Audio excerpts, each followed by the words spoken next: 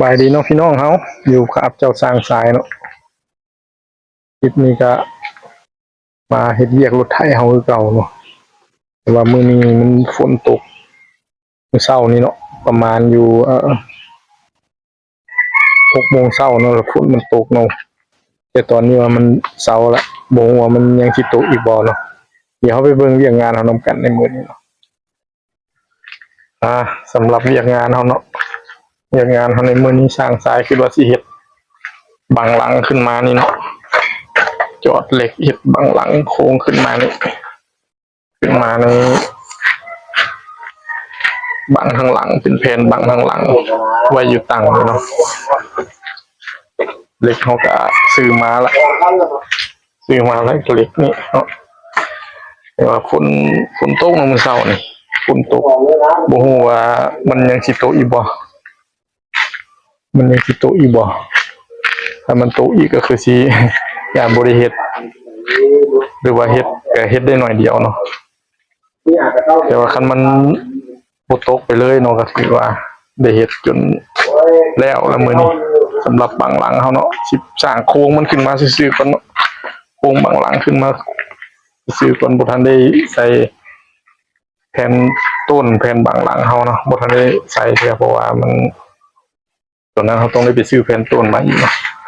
แผ่นต้นเฮาบ่ทันได้ซื้อมาเทื่อสำหรับตั้งเฮาก็ติดตั้งไปเรียบร้อยเนาะในส่วนเมื่อวานนี้มื้อนี้ก็สิจังสิได้เริ่มเฮ็ดตัวบังหลังเดี๋ยวไปเบิ่งนำกันเนาะว่าเฮาสิเฮ็ดได้ส่ำใดมื้อนี้แยกเฮาในตอนเช้ามื้อนี้เนาะครึ้มฟ้าครึ้มฝนแล้วเนาะคือฝนสิตกนี่แหละมื้อนี้เดี๋ยวเวียกเฮาเฮ็ดบังหลังเนาะเฮ็ดโครงสร้างของตัวบังข้างหลังก็ถือว่าวางโครงสร้างไว้ละคิดไว้คร่าวๆนี่เนาะตัวบังข้างหลังเนาะก็คือว่าในช่วงเช้านี้เนาะเอาได้เฮ็ดละโครงสร้างตัวบังข้างหลังนี่แต่ว่า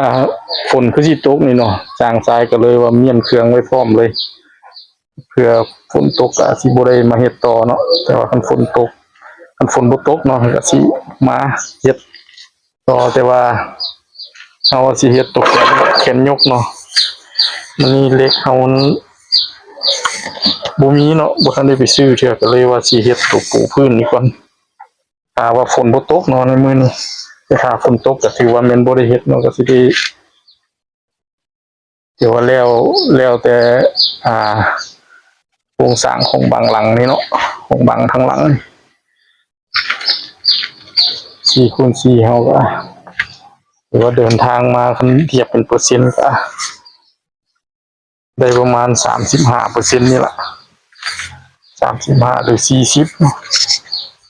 กันเทียบเป็นเปอร์เซ็นต์แต่ว่าคันสิไล่ว่าเวียกเขายังหลายปานใดโอ้ยังหลายเนาะเวียกยังหลายเลยยังหลายยังอีกโดนเติบเนาะอีกยาวนานโครงการยาวนานพี่น้องเขาก็ติดตามเบิ่งนำกันเนาะในส่วนของ4x4เฮาเนาะขอให้พี่น้องเขาติดตามเป็นกำลังใจให้สร้างสายพร้อมเนาะเพราะว่ายังหลายอย่างเนาะที่เห็นไปนี่เบิ่งคือเป็นรถคือใกล้สิแล้วเนาะพี่น้องเขาถามว่าสิแล้วหรือบ่ผู้เขาให้ความสนใจเนาะเขาอยากมาเบิ่งตัวจริงเนาะแต่ว่าก็ยังอีกหลายเนาะยังอีกหลายอย่างระบบเบรกเขาก็บ่ทันได้เดินเนาะเบรกพวกเบรกพวกคาดเนาะยังบ่ทันได้เดินปูพื้นยังอีกหลายอย่างจักดังบ่ทันโตเนาะจักดังนี่เนาะจักดังเผาหลังมาหาเผาหน้านี่เนาะยังบ่ทันได้โตกันว่าสร้างสายยังมีแผนที่ใช้ตัวเสริมอีกตัวเสริมเป็นตัวเข้าเกียร์โฟวินเนาะสร้างสายคิดว่าสิเฮ็ดเป็นเข้าเกียร์เอาเนาะสำหรับโฟวินเฮาก็สิประมาณนี้ติดตามกันเบิ่งเนาะถ้าฝนบ่ตกเนาะฝ ฟ้าครึ้มมาฝนคือสิตกนี่เว้ยก็เลยว่าโจสักวันในช่วงคาบสวยเฮาถ้าฝนบ่ตกก็สิมาต่อคาบแรงเฮาอีก